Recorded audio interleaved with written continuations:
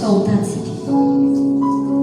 Afaka misaotra amin'i Jesosy fetsika ny amin'izany fahasoavana atovany amintsika isan'andro san'andro zany isa-maraina dia vaovao ny fahasoavana vaovao famindram-pona ary isan'andro izy dia miandry antsika ankeo aminy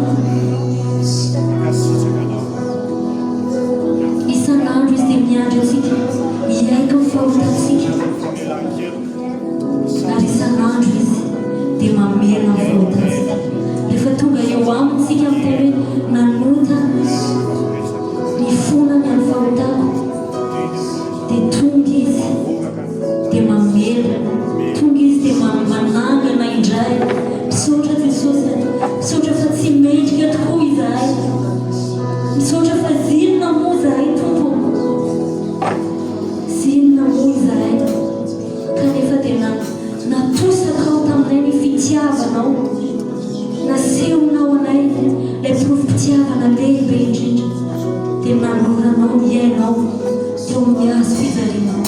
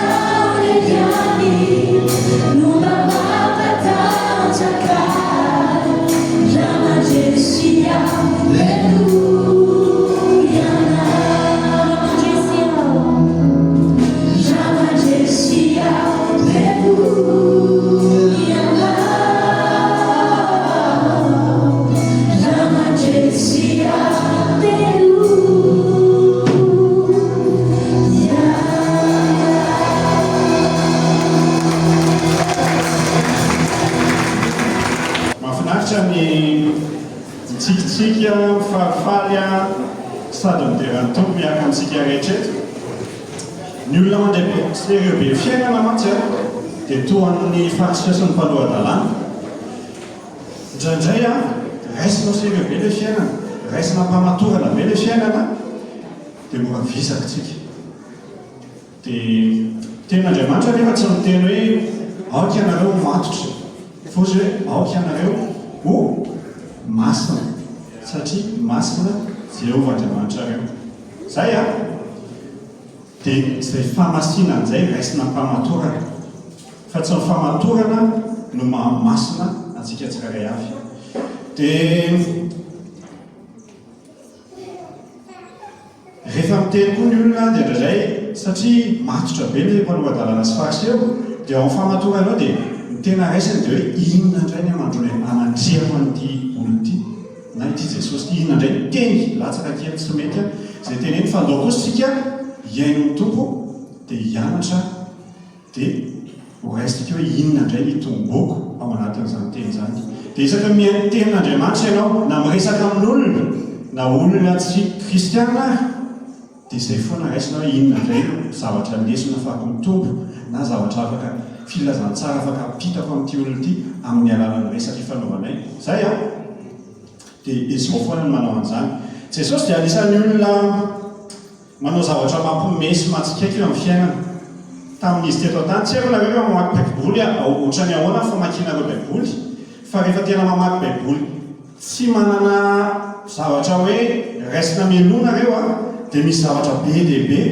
izay ataon'i Jesosy a ohatrany hoe hafa be tsy mifanaraka amin'ny zavatra eritreretinao za mihitsy na mivaly-teny ataony na ny zavatra lazainy a dia ataontsika indray ohatra vitsivitsy nareo mahita ohatra vitsivitsy amin'izany anankiray izay tena mahagaga nefa tsy mahagaga antsika nataon'i Jesosy hitanareo Jesosy rehefa atao amin'ny tempoly ilay noentina voalohany tao amin'ny tempoly izy dia taraiky tao izy 12 taona izy a dia miverina avany ny ray sy reniny atelona tsy hoe 10 minitra tao aoriana izay fa efa tady a dia miverina tao dia rehefa hita amin'izay izy dia inona navaliny amin'ny ray sy reniny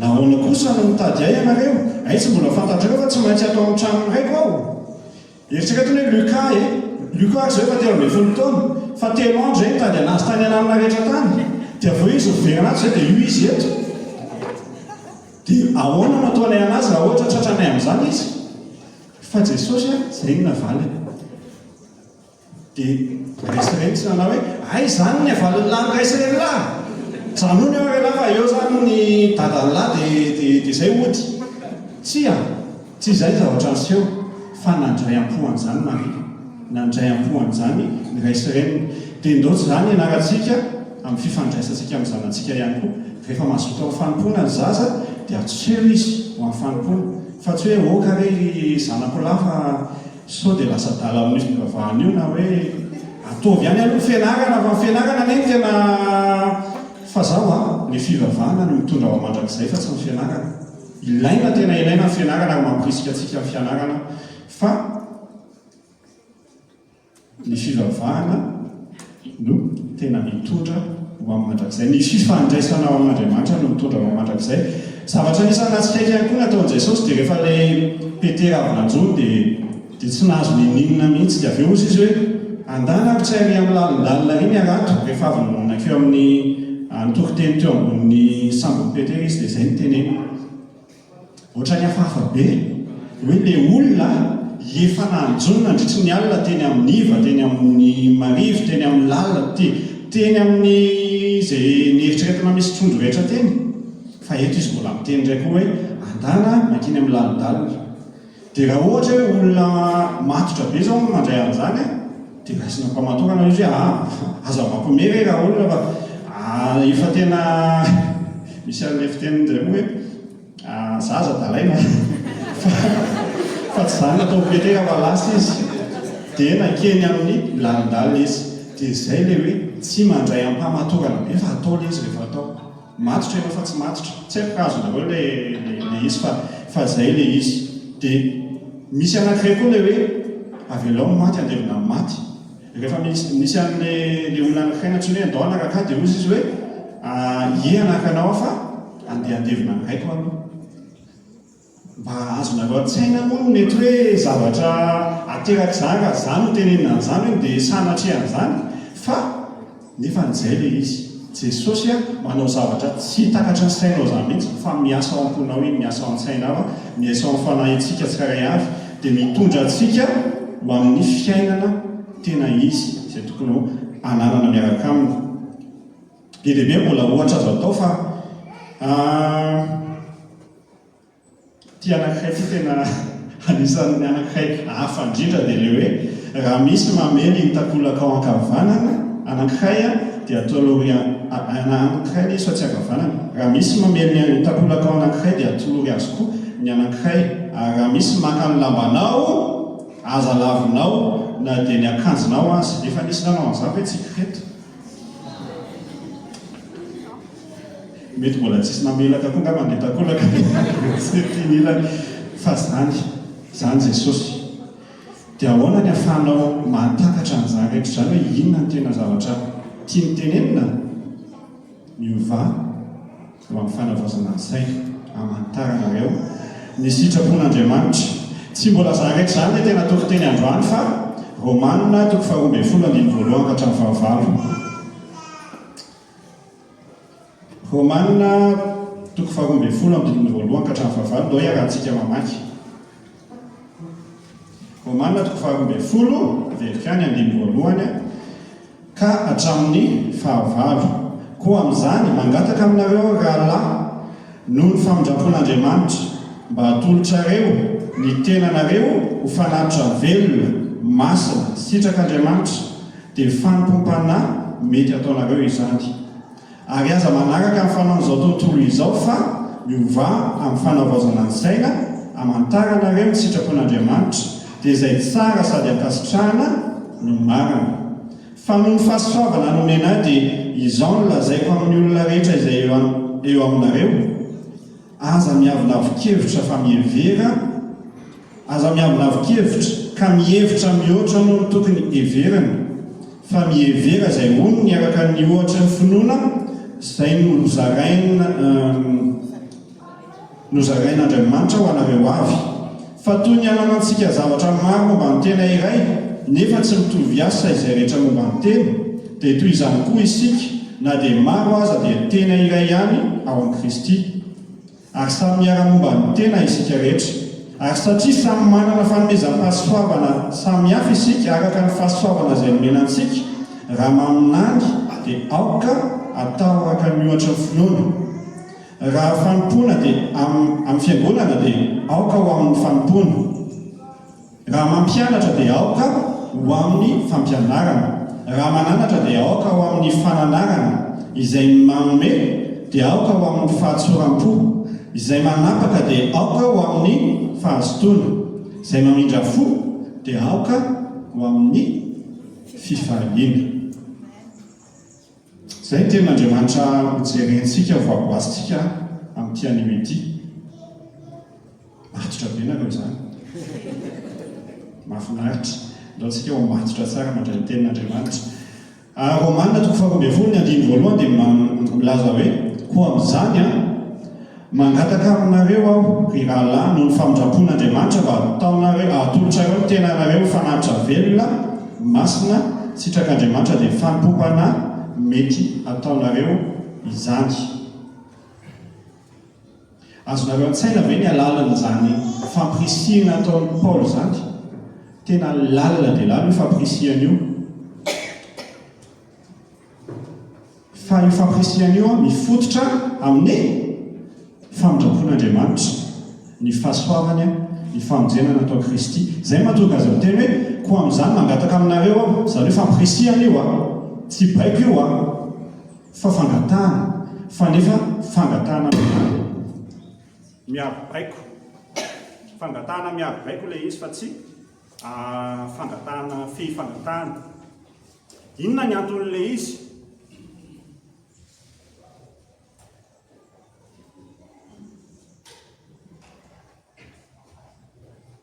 Raha miverina kely eo amin'ny Romanina 1:20 sika. Ao amin'ny Romanina 1:20 izany eo ambadika kely ao alohan'ny itenenan'io Paul dia miteny ao Romanina 1:20 hoe fa tahaka anareo izay tsy nanaiky an'Andriamanitra fa iny nefa ankehitriny tsy fanekeny ireny no nahazonareo famindram-po. Rehefa mijery ny tantara isika, zanak'Israely no olom-boafidy n'Andriamanitra. Dia satria tsy nanaiky, tsy nankatony zanak'Israely, izay voalaza eto tsy nanaiky an'Andriamanitra izy osy. Dia noho izay dia nandeha lavitra kokoa Andriamanitra ary nanokatra ny famonjena ho an'izao tontolo izao, ho an'ny gentilisy tahaka antsika. tamin'ny alalan'iny tany amin'ny alalan'i Jesosy Kristy tonga tety an-tany maty isolon'ny helontsika dia nitsangana tamin'ny maty fa izay fahafatesan'izay nanokatra ny famonjena ho an'ny olombelona rehetra satria ampy hosorona isolo ny heloko ny olombelona rehetra ny fahafatesan'i Kristy teo amin'ny azo fijaliana. Jesosy Kristy ilay nitondra ny famonjena ho an'ny olombelona rehetra tamin'ny alalan'ny fahafatesany teo amin'ny azo fijaliana. Amin'naisotra ny fahotany izao tontolo izao dia tsy voafetra ny zanak'Israely intsony na ny Jiosy irery intsony ny famonjena fa afaka misitraka an'izany olona rehetra izay mino azy. Noho izany izany tia voalaza ao Romanina 12:12 ity dia tanteraka afaka tanterantsika no ny fanoloran-tenan'i Jesosy aloha. Izy aloha nanolotra ny tenany ho fanatitra velona masina sitraka Andriamanitra dia isika no famondram-po izay ilay tenene hoe koa noho izany mangataka aminareo rahalay noho ny famondram-pon'Andriamanitra izany hoe noho i Kristy Jesosy izay nanolotra ny aino ho anareo ho antsika maty teo amin'ny azo fijaliana dia ho setrin'izany kosa dia atolora ny tenanareo. Tsy tsika izany ilay mandeha voalohany fa diso hevitra tsika raha izay no eritreretintsika hoe ay hanolotra ny tenako aho dia mba amin'izay mba mahazo tambiny. Tsia fa fanohatra amin'izay ilay izy hoe Jesosy rehefa nanolotra aloha ny tenany izay ny famondram-pon'Andriamanitra. Dia io fangatana tao Paoly io dia fangatana tena ara-drarany, mitombona tsara, mitombona tanteraka satria setrin' ny asa-pamonjena sy fanavotana nataon'Andriamanitra antsika. Mba atolotrareo ny tenanareo. Jesosy no nanolotra ny tenany aloha izy aho teo. Jesosy aloha nanolotra ny tenany izy no nanao dingana voalohany maty eo amin'ny azo fijaliana ahafahantsika manao ihany koa an'izay dingana izay. Izao koa nefany miantsaika amin'ny vatana amin'ny tsirairay fampirisihana izay ataon'i Paoly. Tsy hoe atolora ny zanakao na ny ankonanao na ny fiangonanao na ny volanao na ny arenao na ny firenenao fa ny tenanao. Ny tenanareo izy satria betsaka ny olo itenenany fa raha olona ray ny tranoloha dia ny tenanao. Atolora ny tenanao. Azo atao tsara ny vavaka ho an'ny hafa ary tena mila manao an'izany foana tsika. Fa ny fanoratena ho an'Andriamanitra dia safidy manokana. Efa veriverina eto foana izay fa mahatsara antsika ny teny averina. Manofo sika hoe Madagasikara ho an'i Kristy, Kristy ho an'i Madagasikara. Tsara izany nofo izany, tsara izany faniriana izany, fa tsy mifehan' izany sika. Fa ny tenantsika veloha efa an'i Kristy. Izay ny tena zava-dehibe hiaingana. Izay no ananao fahefana ny tenanao, dia ny tenanao atolory ho an'i Kristy. Ho fanatitra velona masina sitraka Andriamanitra. Inona ny hoe fanatitra velona? Tsy le ianao malemilemy, osaosa, fizambizaka iny. Tsy iny le atao hoe velona, fa nefa iny koa le hoe velona. Rehefa manolotra fanatitra velona, raha ohatra hoe ny lojika, tsy haiko na hoe rehefa nandinika tsara ny teny io, raha voasoratra Paoly io, fa raha ny tokony ho izy izany fanatitra izany dia vonoana, alatsatra. Izay fanatitra, raha manolotra fanatitra ohatra manolotra ondry iray tamin'izany zanak'Israely atao fanatitra na voromailala ninonina dia tsy maintsy alatsatra. Iny fanatitra iny raha ohatra velona, fanatitra velona izany dia alatsatra dia vonoana. Dia eto izy nefa miteny hoe fanatitra velona dia ny tenin'Andriamanitra sy ny zavatra mitondra antsika ny tenin'Andriamanitra mitondra antsika mandritra ny taona ity moa dia ahoana? Ka tsao saino ny zavatra any ambony. Dia raha ohatra hoe inona moa ny curieux amin'ny teny frantsay? Amin'ny teny gasy? Raha ohatra hoe lindina sy mba tia mantatra ohatran'any nareo dia mba tohizana nareo ilay famakiana an'ilay Kolosiana 3:1-2 fa izao voalaza 2:7-8 hoe fa efa maty ianareo ary ny fiainanareo miara-miafina amin'ny Kristy ao amin'Andriamanitra. Raha iseho Kristy fiainantsika dia hiara iseho aminy koa amin'ny voninahitra ianareo. Ilay fanatitra velona dia maty. Kilalao teny kely izy fa izay mihitsy nefany.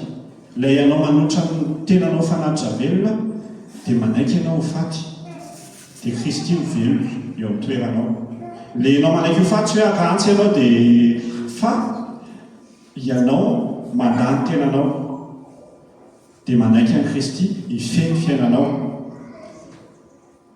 Raha miresaka Jesosy hoe aoka hazava masony olona toy izany koa ny fahazavanareo ao amin'ny Matthieu 5:9-10 mba ahitany ny asa soa ataonareo ka hankalazany ny rainareo izay any an-danitra. Ny tia mitenenina tsy hoe aoka ho hitan'ny olona ny arem-be anareo na hoe ny hoe salama be anareo hoe tsara be anareo sy ny sisa.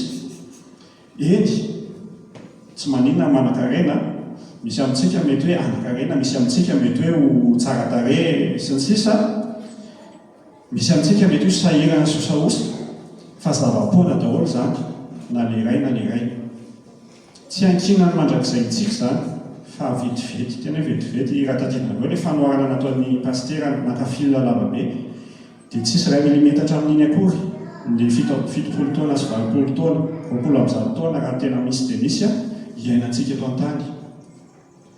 Fa ny mandrakizay tena zava-dehibe, dia tsy hankinan'izay mandrakizay zava-dehibe izay zany rehetra zany. Ilay fanatitra velona, iny ny zava-dehibe, dia isika ilay maty ka miara-miafina amin'ny Kristy ao amin'Andriamanitra araka n'ilay voalazan'ny Kolosiana teo, voalazan'ny Paoly ao Kolosiana. Rehefa maty isika dia mamono ny momba ny tena, dia maty miaraka amintsika amin'ny fahotana, na inona isika, na inona sisa, maty miaraka amintsika amin'ny fahotana, dia inona tsy nono sisa nitavela raha maty ny fahotana? Kristy sy isika ilay amasininy. Zava-miafina lehibe ary fianarana ao antsika i Kristy maty teo ambony hazo fijaliana. Rehefa ho faty izy dia inona zavatra aseho? Ny baby no hitantsika rehetra izy. Zany noentiny teo amin'ny hazo fijaliana fahotantsika rehetra, dia nentiny niaraka tany amin'ny fahafatesana, ny ota, ny fahaltoana, ny otantsika rehetra. Dia rehefa nitsangana izy dia ahoana? Mbola noentiny nitsangana koa ve reny? Izy no nitsangana, fa ilay fahaltoana, ilay fahotana janona tany. Dia azonareo amin'izay ilay isika ihany koa izay maty amin'ny Kristy. Maty isika dia fahotana janona any amin'ny tokony isy azy, fa isika velona indray ao amin'ny Kristy. Izay ilay zava-miafin'ny famonjenantsika sy ilay hoe fanatitra velona ao amin'ny Kristy. Raha tsika zany no teo velona foana ihany amin'ny toetrantsika sy ny eritreritrsika sy ilay ambontsika ao anatsika, dia tsy izay mihitsy ilay fanatitra velona. Ilay mbola hoe ahoana kosa za kosa ny mba manana ny maizy anay, mba pastera ihany, mba lona sady vao tamin'ny herintaona ny tokanana. Taingoraka zany. Ary zany no iankinany everika-ankinana ny famonjeko dia zava-poana ary tsy voavonjay zany. Dia ohatr'izany ihany koa tsika rehetra amin'ny asa fanompoana izay ataontsika. Ilay Kristy velona ao anatsika mitondra antsika ho amin'izany ka avitsory izay amponao, avitsory izay rehetra eritreretintsika ho isika. Avitsory tanteraka eo amin'ny Kristy zany. Manomboka mantsy izao taona dia misy ilay tanjona petraka hoe za mba ohatran'izao zao. Eny, tsara mametraka tanjona, tsara mametraka fikasana, fa avitsory amin'ny Kristy ilay izy rehefa avy napetraka ao. Za mba te ho afa-panadinana ny tito ty dia apetraka amin'ny Kristy.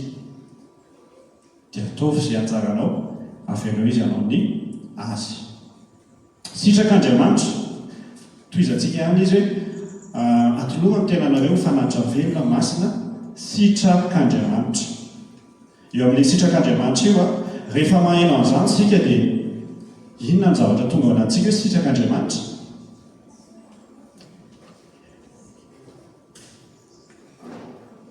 Rehefa natao batisa Jesosy dia niteny Andriamanitra hoe ity ny zanako malalako izay sitrako. izy no eny hoe Matio 7:15. Momba misy sitrak'Andriamanitra ve tsika rehetrarehetra? Izay nefa le sitrak'Andriamanitra, Jesosy no sitrak'Andriamanitra. Raha manolotra ny tenantsika ho fanaritra sitrak'Andriamanitra zany tsika, dia tsy ho tanteraka mihitsy zany raha tsy Jesosy aloha no miaina ao anatintsika, satria Jesosy ny sitrany fa tsy isika mihitsy. Raha maniry ny fanaritra sitrak'Andriamanitra ianao dia amin'ny alalan'i Jesosy ireny ihany no hatanteraka amin'izany. Hitandray aloha ty iray ty metratsika. Mila miara-miafina amin'ny Kristy isika mba hatanteraka amin'izany. Mamela ny fizintsika hiara-maty aminy, dia izy no velona ao anatintsika. Ary izy ilay velona nandresin'ny fahafatesana no iseho amin'ny fiainantsika ihany koa. Izay ilay hoe fanatitra, velona, masina, sitrak'Andriamanitra dia toizantsika ihany, ahoana toy ihany eo? Dia fanompo, mpanahy mety ataonareo izany. Mijery ny fandikana-tenin'ny Nouvelle Français NFC, inona moa izay? Courant, Nouvelle Français Courant zany, dia izao ny tenenina hoe c'est là le véritable culte conforme à la parole de Dieu. Zany hoe izao ataontsika izao raha tena tiantsika ho araka ny sitrapon'Andriamanitra, dia izay tokony ataontsika hoe ny fanompoam-pivavahana ataontsika dia fanatitra, velona, masina, sitrak'Andriamanitra. Ka tsy izay dia zava-poana ihany izao ataontsika izao. Ny atongavatsika eto rehefa alahady maraina dia zava-poana, raha tsy izay no mitarika asika hoe rehetra izay tompo, fanatitra, velona, masina, sitrakao. Dia tamin'ny herantsika anjery ny voasoratra tao amin'ny Lioka 9:9. Izay tadidinareo ve iny? Ilay tany isan-karazany.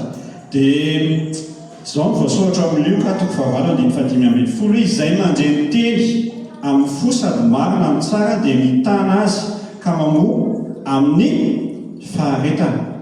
Izay ilay fanatitra velona, masina, sitrak'Andriamanitra. Ary izay fifandrasana lalina amin'izay no manosika anao hiasa avy eo.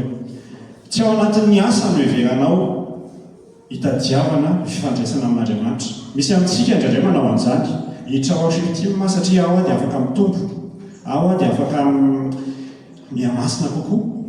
Ie, tsy ratsy zany, fa tsy ao no ahafahanao hitady fifandraisana amin'Andriamanitra. Tandreny fa fandrika lehibe zany, na hoe anao stintim na ohatr'izany, fa ao amin'izay mba masimasina kokoa. Mba satria ny fandrika ao anatin'izay rehefa tsy manao an'izy ianao dia eritreritra ny tena hoe tena niena indray finoko. Satria ve ianao tsy nijory teto mihitsy ny hira dia lasa niena ny finonao, na hoe satria ianao tsy nandroso kafe sy dite ho an'ny olona dia lasa ohatrany hoe tsy tena izy zany. Izay ve? Tsia, efa fantatrareo ihany kay. Tandreo fa fandrika lehibe izay, fa vizaka ianao raha ohatra hoe izay niandrandranao hoe hifandraisana amin'ny Kristy kokoa, dia lasa vizaka ianao satria tena tsy nitendry elaela zany dia tena ohatran'ny hafahafa be vizaka zany, tena tsy ao mihitsy azy zany. Fa ao ianao rehefa tena hoe manana fifandraisana ka manolotra ny tenanao fanatitra velona, masina, sitrak'Andriamanitra foana, izay ny fanompom-panahy, fa tsy ny fitendrena na ny fandrosoana dite sy kafe ho an'ny olona. Ary izay no zavatra tena zava-dehibe tiako nampitaina ao antsika androany. Iny toko 12:2 iny. Raha ampy anao izay dia afaka misofla kely ianao dia tsy mifantoka firy-tsony fa miandry ny firavana sisa, fa raha mbola mazoto nareo dia mbola mitoy ilay izy, dia mbola raisy ihany fa mety mbola mahasoa, tena mbola mahasoa fa tsy hoe mety mbola mahasoa. Romanina 12:2. Ary aza manaraka amin'ny fanaon'izao tontolo izao fa miova amin'ny fanavaozana ny saina hamantaranareo ny sitrapon'Andriamanitra dia izay tsara sady ankasitrahana no marina. Atsiarovana ihany koa ilay voasoratra ao amin'ny Lioka ihany 9:4. Mbola toroteny tamin'ny lahady ihany ilay hoe ireo teny amin'ny tsilo dia izay mandre fa noho ny mandeha izy dia voageja ny fiahina sy ny harena ary ny finaretan'izao fiainan'izao ka tsy mahavanimbo. rehefa manahaka ny fanao zao tontolo zao sika mifandray eo tenin'Andriamanitra eo rehefa manahaka ny fanao zao tontolo zao tsika dia tsy mahavanimpo.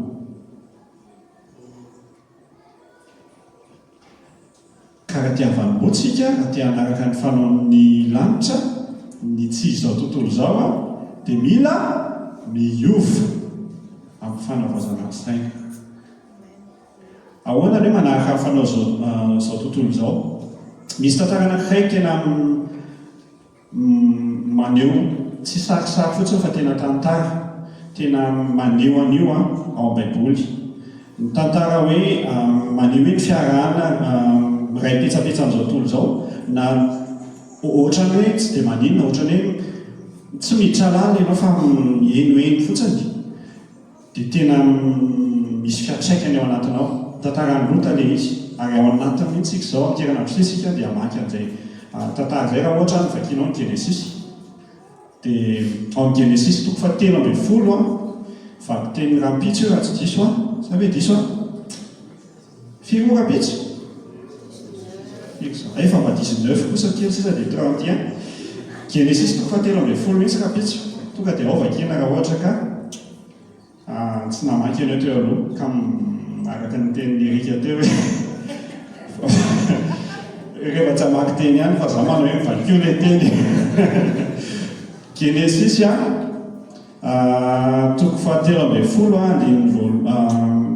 faraka 12 ka hatramin'ny 17 toy izao vaky ny teny. Dia nofidin'ny Lota ho azy ny tany rehetra amoron'ny Jordana ka nifindra ny antsinanany izy, ka dia nisaraka izy roa lahy, isy Abrahama io. Ary Abrahama no natao amin'ny tany Kanana, fa Lota kosa no natany amin'ny tanàna amin'ny tany amoron'ny Jordana ka nifindra toby hatrany Sodoma. Rehefa avy any Egypta nisy tao ny Lota niaraka tamin'ny Abrahama. Lota dia zanatra lany Abrahama. Dia nisy fotoana zareo anakany Egypta satria nisy haintany tao amin'ny tany nonenany.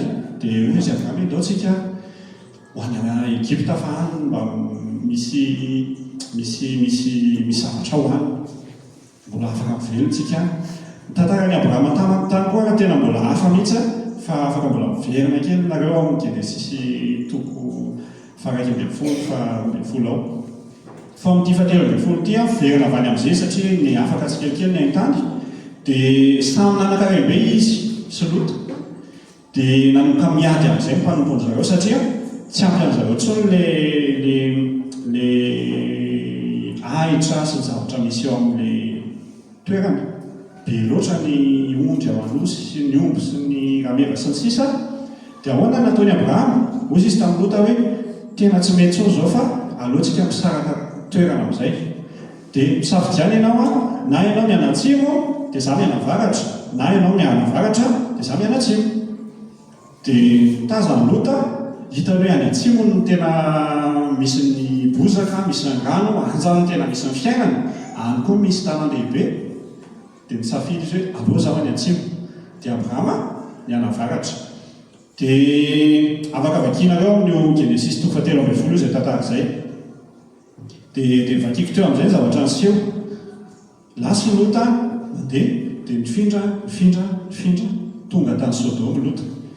Dia rehefa mamaky ny 4:14 tsika 15:15 hatramin'ny 19 dia hitantsika hoe tena hita mavesatra ho an'ny Abrahama Lota raha ohatra raisina amin'ny maha-olombelona.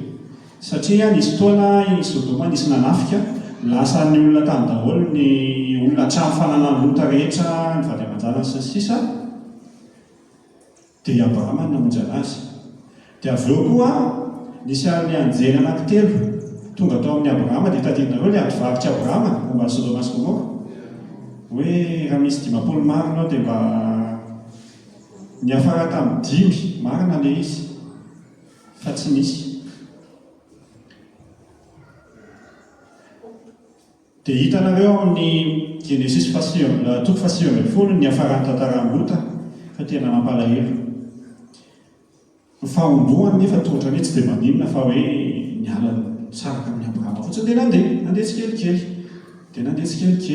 Dia nataony Lota dia mijano eo amin'ny vavahadiny Sodoma izy dia mitasatazana ny olona. Dia ohatran'ny tsy mandray anjara mivantana anie izahay amin'ny fanaon'izao tontolo izao fa mahay mijerijery fotsiny aho. Fa rehefa tena mamaky ny tantaran'ny Lota ny soron'Andriamanitra tao Sodoma sy Gomora mba ho vonjena noho ny amin'ny Abrahama, dia tena tsapanao hoe safidin'ny Lota ilay izy, fa nisarihan'ilay anjelin'ny tompo izy niala tao Sodoma. Nisarihana tena hoe nisarihana izay dia avotra izy, fa nisarihana nanavotana azy. Dia rehefa toizanao ny tantarany dia indrisy fa zao hitanao amin'io tantara io ny amin'ny Abrahama kosa indray nefa ao amin'io toko 7 ihany andiny 7 dia izao indray ny Abrahama hoe ary Abrahama nifindrafindra toby samy nifindra ihany zareo, fa ny Abrahama dia nandeha izy kanonina tao amin'ny kazo-terebita amin'ny Mamre izay any Hebrona ary nanorona fanatitra ho an'i Jehova izy. Samy hafa mihitsy ilay fomba fiainana. Na ahoana noho ny aminao raha tena manompo an'i Jehova ianao dia amonjy ny ankonanao amin'ny loza izy, miaro ny ankonanao amin'ny loza izy. Andriamanitra io nosarihana mihitsy Lota ozy ato eo hiala ny Sodoma. Fa izao koa nefany azo eo foana ny safidy any amin'ny farany hoe homendrika amin'ilay famonjena nataon'Andriamanitra ve izy satsia dia engany mba hoeny ny valan'izay. Dia safidy ilay izy hoe tany am-boalohany ao amin'ilay fanatitra velona masina sitrak'Andriamanitra. Dia safidinao manokana ilay izy averika any dia engany mba isika rehetra samy aniry amin'izany ho fanatitra velona masina sitrak'Andriamanitra, satria io zavatra iainany Abrahama io mihitsy ilay fanavaozana ny saina.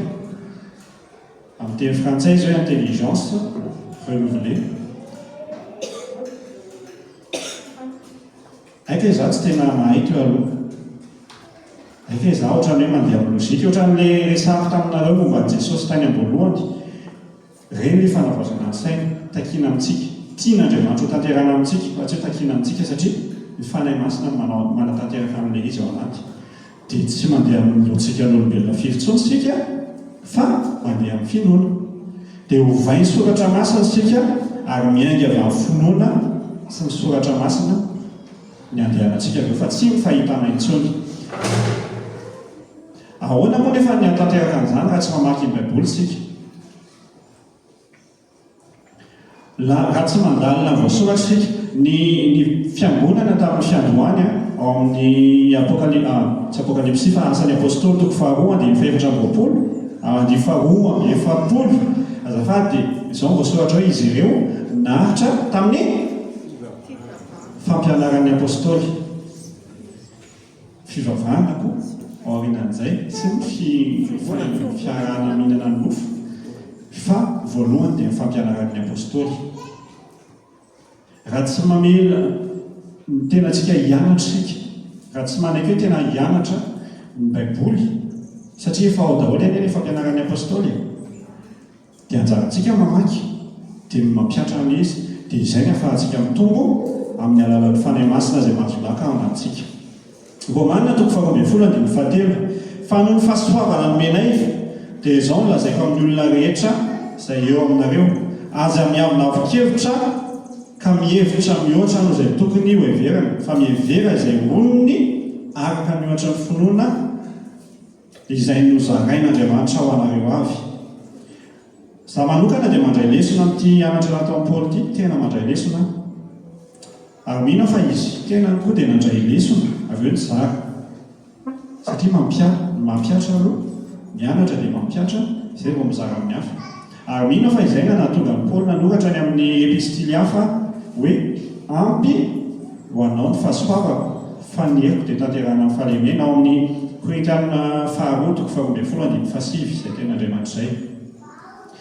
Misy fotoantsika be dido be dia miteny hoe rehefa tsy hanao nareo dia ataoko io fa vita ny anarana io, fa fako ty fiangonana ity, fa vita io.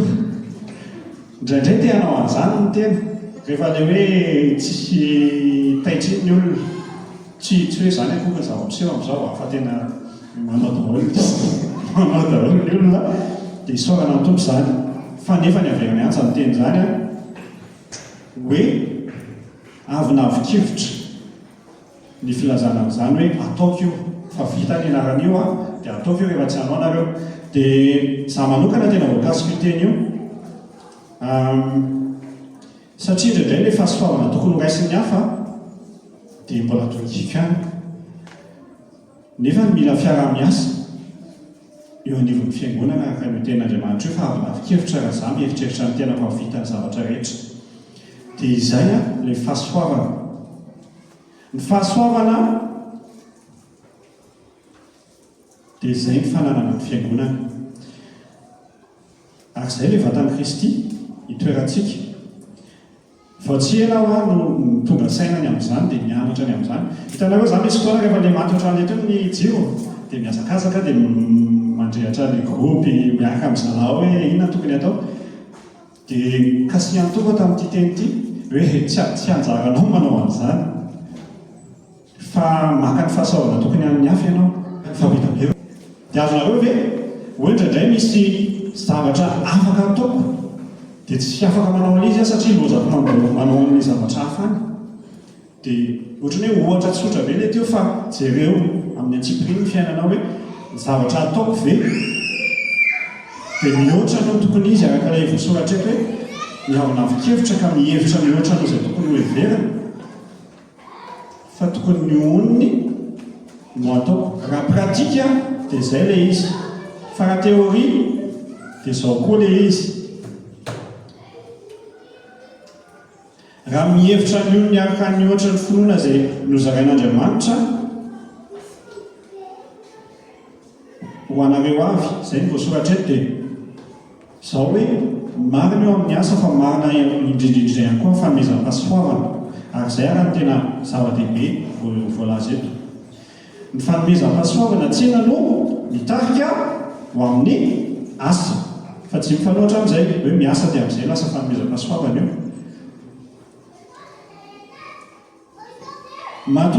mahatonga antsika amin'ny tena hoe inona ny fanomezam-pahasoavana omena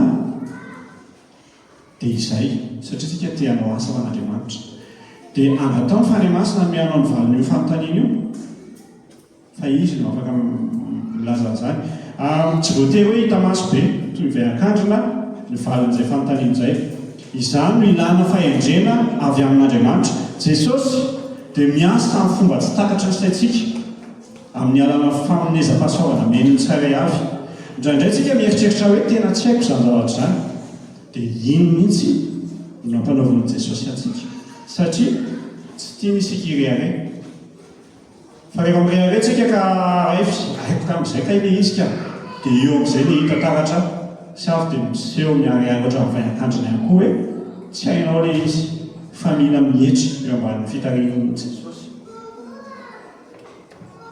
eo mba fitarian'ny fanahy-masina sika dia mahavita an'ilay izy dia izay indraindray no ataon'Andriamanitra tsy havelany ianao a anao an'ilay zavatra tohatra hoe tsotra be aminao fa hoentiny amin'ilay zavatra tsy maha-alaizy anao iny ianao les zones de confort ositsika dia ao ianao nampiasaina amin'izay ianao tsy afaka manao calcul be hoe haiko izany cosinus izany fa ilay zavatra tsy hainao no ampanoviny ianao dia miankina aminazy ianao tolona mbavaka ianao mifantoka aminazy ianao mifantoka amin'ny fanahy masina ianao ary mieriny ny lasa avitanao an'izy dia voninahitra izy amin'izay amin'izay fotoana izay voninahitran'Andriamanitra fa tsy ianao dia lasa tena mideran'Andriamanitra isika satria miseho amin'ny fiainantsika hoe wow tompo tena zavatra tsy haiko iny fa nefa vitako no ianao dia miderana azy tsika ao anatin'izany Romaina 12:1-5 sy ny 5 fa toy ny ananantsika zavatra maro momba ny tena iray nefa tsy mitovy asa izay rehetra momba ny tena dia toy izany koa isika na dia maro aza dia tena iray ihany ao Kristy ary samy miara momba ny tena isika rehetra everane raha ohatra hoe tena iray io zany zaza ty zany ohatra dia misy fampatokisana amin'ny loha, amin'ny maso, amin'ny vava, amin'izay momba ny tena dia samy tianao izay tiana atao. Ohatra hoe loha manao izay tiany, ny tanana tia hanoratra ny ilany a, ny ilany tianao basikety a, ny tongotra ilany tianao baolina, iray tianao chute, dia iray manoratra, dia iray manao basikety, dia iray mandaka, dia iray dia azonareo an-tsena hoe zavatra mety miseho amin'izany, tsy ho lasa dala. Ny tena tsy hitako intsony izay ho raisina, fandraindray fiangonana nefany dia ohatran'izany ny fiasana. Raha ianao tokony ho tanana, tongotra, dia miaraka hoe amin'ny tanjona anankiray, dia tsy mifantoka ny daholo ilay momba ny tena, fa ny sasany fantokana, sasany fantokary, sasany mihemotra hoe ilay tamin'ny 2025 nafinaritra be fa aloha atao ohatr'ireny ihany. Ny sasany indray efa mahita hoe 2030 tokony tanjona sy ny sisa sy ny sisa, dia samy maka ho azy daholo amin'izay fotoana izay, fa tsy tena iray intsony eo amin'ny Kristy.